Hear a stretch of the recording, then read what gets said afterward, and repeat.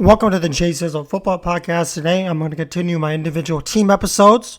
Going to go over everything about the team, the quarterback situation, running back, receiver, defensive situation. Going to go over the schedule. Going to go over additions and subtractions during the offseason, how their draft went, and other things like that of that nature. If you guys haven't yet, make sure you subscribe to the channel. Go ahead and give these videos a like for me. Check out the Instagram page. You guys know the gist by now. I've mentioned it on every podcast. So, without further ado, I'm going to start the individual podcast, and I'm going to talk about the Indianapolis Colts today. So let's get it started. Last year, the Indianapolis Colts, their quarterback was Philip Rivers. He retired after last season. So he is now, I believe he's coaching high school football, in case you guys were wondering. But he is retired now. So the Colts have moved on to a different quarterback. They were able to trade for Carson Wentz. As you guys know, he came from the Philadelphia Eagles. He had a couple good years with them, and then kind of struggled his last couple years with injury, offensive line, inaccuracy, many things like that, right? So he struggled. But he comes to the Colts hoping that he can get a fresh start in Indianapolis, and the Colts hope that they can get the MVP version of Wentz that the Eagles had 3 or 4 years ago before his injury. And then the Colts can get that version of Carson Wentz. They truly believe that they can be a Super Bowl contender, and I would not necessarily disagree with that if they get the right version of Carson Wentz. But getting the right version of Carson Wentz is going to be the biggest thing. Now, Carson Wentz in Philly had one of the worst offensive lines in football. Everybody knows that. Very bad offensive line. Pretty solid defense most of the way through, but a very bad offensive line the last couple of years. He comes into Indianapolis, and the Indianapolis Colts have one of the best offensive lines in football, in my opinion. Right? Quentin Nelson still. He's one of the better offensive linemen in football. He's not super old either. He's relatively young, and he plays the game really well. He's got great footwork, a lot of power at that offensive line spot. He's still one of the better offensive line in football. And it's not just Quentin Nelson. Even though I would say Quentin Nelson would be their best, offensive lineman, you have at the right tackle spot, you have Braden Smith. He's really improved his game a lot. Last year he came in and he improved his game a ton. He received some All-Pro votes last year. So, listen, it's going to be interesting. They could use a little bit of help with the left tackle spot in this offensive line. But every other spot on this offensive line looks really strong to me. And they look like they're going to be able to hold up for Carson Wentz and give Carson Wentz a ton of time to make throws, which is something he didn't have in Philly. So that should be something that should really help Carson Wentz's game. Another thing Carson Wentz struggled with in Philly, or Philly struggled to put around Carson Wentz, was the receiver spot. Right, in the first couple of years Carson Wentz was there, you had Alshon Jeffrey, you had Deshaun Jackson for a year or two, which was solid. You had guys of that nature, and you looked at those guys and you said, okay, you had Nelson Aguilar too. Those guys can play. That's a good receiving core. And of course, you had Zach Ertz. But the last two years or so, Zach Ertz has been was very injured for Carson Wentz with Philly, so he didn't have a reliable tight end to throw to. Alshon Jeffrey was almost completely injured the last 2 years, so he wasn't even present. Nelson Aguilar, they traded away to the Raiders. Last season he broke out with the Raiders, and then now this year he moves to the New England Patriots. But you got to look at it from a standpoint of maybe Carson Wentz really wasn't that bad of a quarterback. Maybe it was more of what he had around him that kind of brought him down.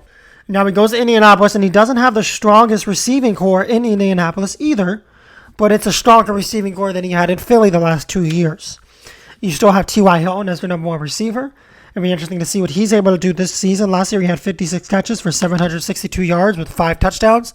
He's a guy who's declining a little bit, as you can tell, just because of age and injury history, but he's still a reliable receiver. He's probably, in my opinion, a very good number 2 receiver, or a medium number 2 receiver, right? So that brings in the case where he's their number 1 receiver on the team right now, but in reality, he's really a number 2 receiver compared to other receivers in this league. So that brings in the case, okay, if T.Y. Hilton's going to be your number 1 receiver to start the year, and he continues to decline, you may have to get somebody may have to step up and make plays for this team to become a number 1 receiver.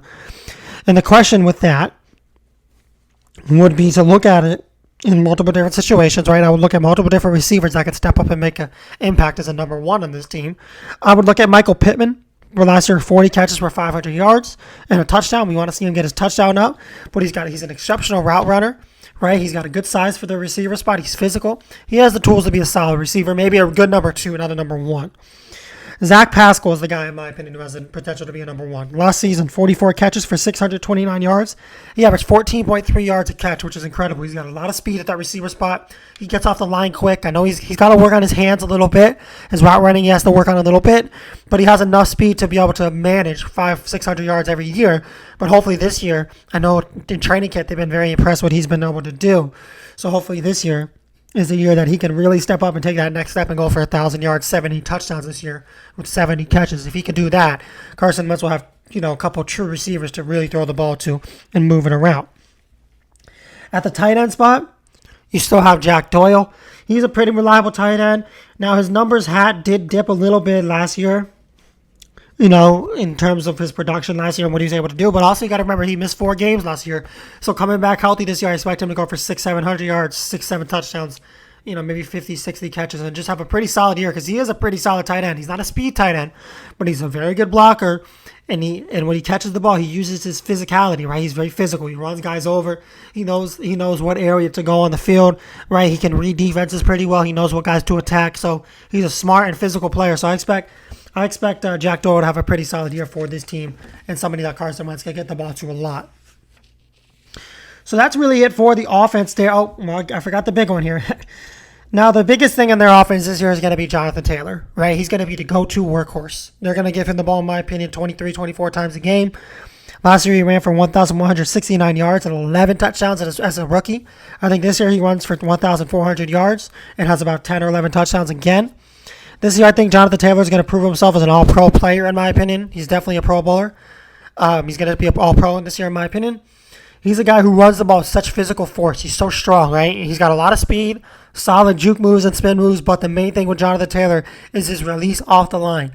His release off the line when he gets the handoff is so crazy because he's able to read defenses and know which way to cut, know which way to go.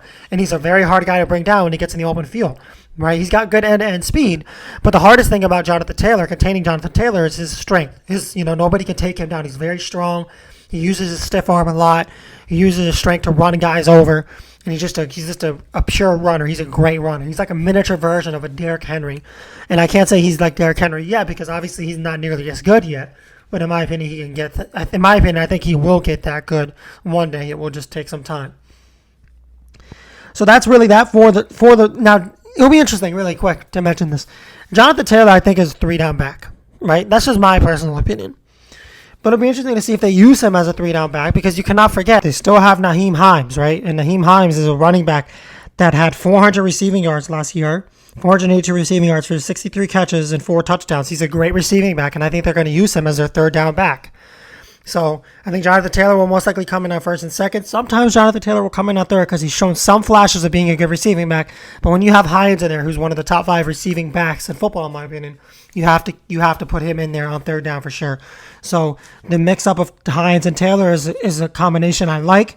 Marlon Mack is going to come back and be fully healthy this year. We know what Marlon Mack can do, right? He's an incredibly explosive running back who's very underrated and very underappreciated, but I expect the Colts with Hines and Taylor in the backfield. I think that's enough. They don't need Marlon Mack. I expect them to trade Marlon Mack and maybe try to get another receiver or try to do something. We'll see what they try to do. But I expect them to trade Marlon Mack pretty soon here because I don't think that 3 running back core is going to work. Only 2 is what you need. When you have Hines and Taylor, that's all you need. That's good enough. That will make the Colts one of the more deadly teams in terms of the run game with Hines and Taylor. That 1-2 punch. So you're not going to need Marlon Mack as well. So that's really it for the offense there. Offense is pretty solid unit. I would rank it about an 8 out of 10 only because of the fact that they have a good running game and they have a great offensive line. Still don't know too much about what Carson Wentz is going to do or what those receivers are going to do. So got to keep an eye out for that one. Defensively, this is one of the more underrated teams in football defensively, in my opinion.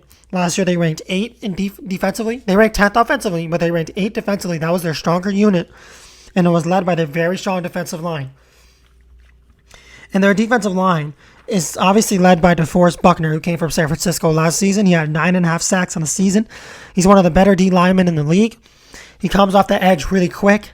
His ability to use his strength and use his speed and athleticism to get off the line and get to the quarterback is, next to none. He's one of the better players in the league for sure, in my opinion. And at that tackle spot, he's so special, not just because of his strength and his speed, but his IQ. He's got a really high IQ. He knows every quarterback's game. He knows how every team plays, and he's able to attack that team or that quarterback in that way. So that takes his game to a complete other level. Also, the defensive line spot. Another guy that I want to talk about is Grover Stewart. He's the nose tackle. He got an incredible extension last year, 3 years for $30 million. He's one of the better nose tackles in all football, in my opinion. He's a guy who kind of just, again, kind of like DeForest Buckner, uses his speed and his size to get to the quarterback, right? So, another guy that we're going to look forward to this year on this Colts defensive line that can really round out this group is a pretty solid and strong group. I would rate this group an 8 out of 10 on the 10 scale. So, strong group the Colts have there for sure. At the linebacker spot, you guys know, of course, they're led by Darius Leonard, who's had 100-plus tackles in his 2 seasons. Last season, he had 132. I don't know what he had the season before, but he's made 2 Pro Bowls in his 2 seasons. I don't know if he's made All-Pro. I'll have to check on that and let you guys know. But he's one of the better and more respected linebackers in all of football. He's made NFL top 100 both years. He's just an incredible player, Darius Leonard. He's the kind of guy who makes every play, and he's on every spot when you need him to be. Right? Every time there's a big play that needs to be made, Darius Leonard is the guy that's going to go out and make that play. He's the guy that's going to go out and make that play. Right? So he's a guy, he's one of the stronger tacklers in all of football. Right? He's got hands to grab interceptions. He forces fumbles. Right? And not only that, he's an incredibly high IQ player. Right? He's great at stopping the run, but he can also guard tight ends. And that's what makes him so special, because a lot of these linebackers, like a Darius Leonard, they can only really they can only really stop the run, which is a very valuable trait to have. But a guy like Darius Leonard can stop the run at a high level, and he can also stop the pass at a high level, right? You see how he guards tight ends. You see how he guards running backs. And I'm sorry, he's not going into his 3rd season. He's going into his 4th season. He's going into his 4th season, but in every single season in his career, he's had over 100 tackles, right? His first season, he had 163, then 121, then 132. He had 7 sacks in his first season, then 5, then 3. Yeah, that number's dipping, but you also got to understand he's playing more coverage, so that's part of the reason why that number is dipping. He's just playing different. They're using him in different schemes, so that's part of the reason why the sack number is dipping, but the tackle number is still there. And even for a guy like him, the way he plays to have 3 sacks, it's incredible. It's incredible, because with the amount of picks he has a year and 4 fumbles. Darius Leonard is one of the top 5 linebackers of football without a question. The only other 5 guys I can really name that are better than Darius Leonard, and I'm not talking about, because I know Darius Leonard plays the left outside linebacker spot. I'm not just talking about that left outside linebacker spot, right?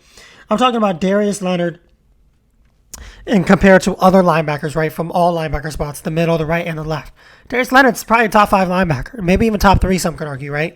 So, I want you guys to do that. I want you guys to rank the linebackers. Don't rank them on exact positions, right, outside, left, outside, middle. Just rank your top 5 linebackers in general and put them in the YouTube comments and give me an idea on what you guys think. Is Darius Leonard top 3 or top 5? If you don't have him at least in your top 5, you're doing something wrong, and you need to look over what your rankings are, because he is definitely top 5 without a doubt. In my opinion, he's top 3, but top 5 is a guarantee. So definitely one of the better linebackers all of football, Darius Leonard. And he's the guy who obviously leads that linebacker group, but he's able to carry that linebacker group alone just on his performance to success. But let's not take away the success of the other linebackers on this team, right? You have Zaire Franklin. He's a pretty solid outside linebacker. He plays on the right side of the football. He's a reserve linebacker, really. He's been around for a little while, but he's a pretty solid tackler. He's not a great coverage guy, but he's a solid tackler, and he should be able to make plays for this team this season. So definitely something to keep an eye out for sure. So now on to the defensive backs in this team. You have a Julian Blackmon at the safety spot. He's a solid safety, very underrated, very young. He's got a lot of potential. He's a great ball hog guy, solid tackler. He really does everything well for this team, and he's a guy who I expect to come in and have a really big season. Xavier Rhodes came in last year from Minnesota after a really weak year, a really weak 2 or 3 last years in Minnesota. Because you guys remember 4 or 5 years ago how good Xavier Rhodes was, and then the last 2 or 3 years of Minnesota, he really kind of struggled, and he was on a big downfall. But he came to Indianapolis last year and took his game again to a really good level. He didn't take it to the Xavier Rhodes that we've seen level, the level of Xavier Rhodes that was at the highest in Minnesota, but he took it to a very respectable level, and he's now looked at as a solid number 2 corner. And he's playing behind Kenny Moore. Kenny Moore is the other corner that will start there, in my opinion. Kenny Moore is a very very physical, very quick. He's a young corner, right? If you guys watch the NFL Top 100, you saw a lot of Kenny Moore. He wasn't on the list, but you saw a lot of him talking about other players. You saw the respect he has for other players and the kind of person he is. And it's not only that, it's the kind of player mainly that he is, right? He's an incredible player who plays with a lot of heart. He's got a lot of speed at that cornerback spot. He is, in my opinion, going to be a true number one corner this year, and he'll be valued as one of the better young players in all of football, especially on the defensive end, Kenny Moore. So definitely look for him to do some big things this year. And then at the other safety spot, you have Khari Willis. He's a pretty solid safety, right? He could use a little improvement. He kind of struggled a little bit last season. It's kind of weird with him because like I said, I think he struggled. A lot of people said he didn't struggle. I mean, I know he had more interceptions and all this and all that, but sometimes what people don't realize is interceptions aren't always the biggest key factor in determining if a corner or safety is good. Yeah, it means you're on top of the ball. It means you're there for that play, but a lot of times it's how many deflections you have. What was the quarterback rating when they targeted you, right? What is your Pro Football Focus rating? So you look at those ratings for him, and he did struggle a little bit. It was a little better than the year before, but you still want to see more improvements, in my opinion, from Khari Williams. So definitely something to keep an eye out for. From Khari Willis. So definitely something to keep an eye out for. Because if he can improve, I think he has one of the better potentials in all of football, right? We've seen flashes, right? We've seen flashes of him showing greatness at the safety spot and what him and Julian Blackmon could really do at that safety spot together with Rhodes and Kenny Moore, and how this could be one of the better young secondaries in all of football. So hopefully this year they show potential. I would rate this group a 7.5 out of 10. I think only because of the fact that they're still very young and they still have a lot to prove. So when they're able to prove what they can prove, maybe going into next year we'll rate them at 8.5, 9 out of 10 in terms of secondary. They just still have a long way to go, in my opinion. So that's really it for that. Of course, the big addition this season, as I mentioned before, was Carson Wentz. Along with Carson Wentz, another big addition was Eric Fisher at the tackle spot. He should be solid for this team. Chris Reed, he's a guard that should come in and start for this team, in my opinion. So you did add some offensive line pieces. I told you guys this is one of the stronger offensive lines in football. It will really allow Carson Wentz to have time to throw the football, allow Jonathan Taylor to have time to run the football, and break through those holes and stuff. So it's going to be interesting for this team this season. Now on to the schedule before I wrap it up. So the schedule, they open up, it's Seattle at home. I think they'll win that one. I think they'll start 1-0. Then they have the Rams at home. I think they'll start 2-0. Then they have Tennessee on the road, 2-1. Miami on the road, 2-2. Baltimore on the road, 2-3. Houston at home, 3-3. Then they have San Francisco on the road, 4-3. 5-3, they have Tennessee at home. I think they'll split with Tennessee. The Jets at home, 6-3. Jacksonville at home, 7-3. Buffalo on the road, 7-4. Tampa at home, 7-5. Houston on the road, 8-5. Then they have a bye. Then they have New England at home, 9-5. Arizona on the road, 9-6.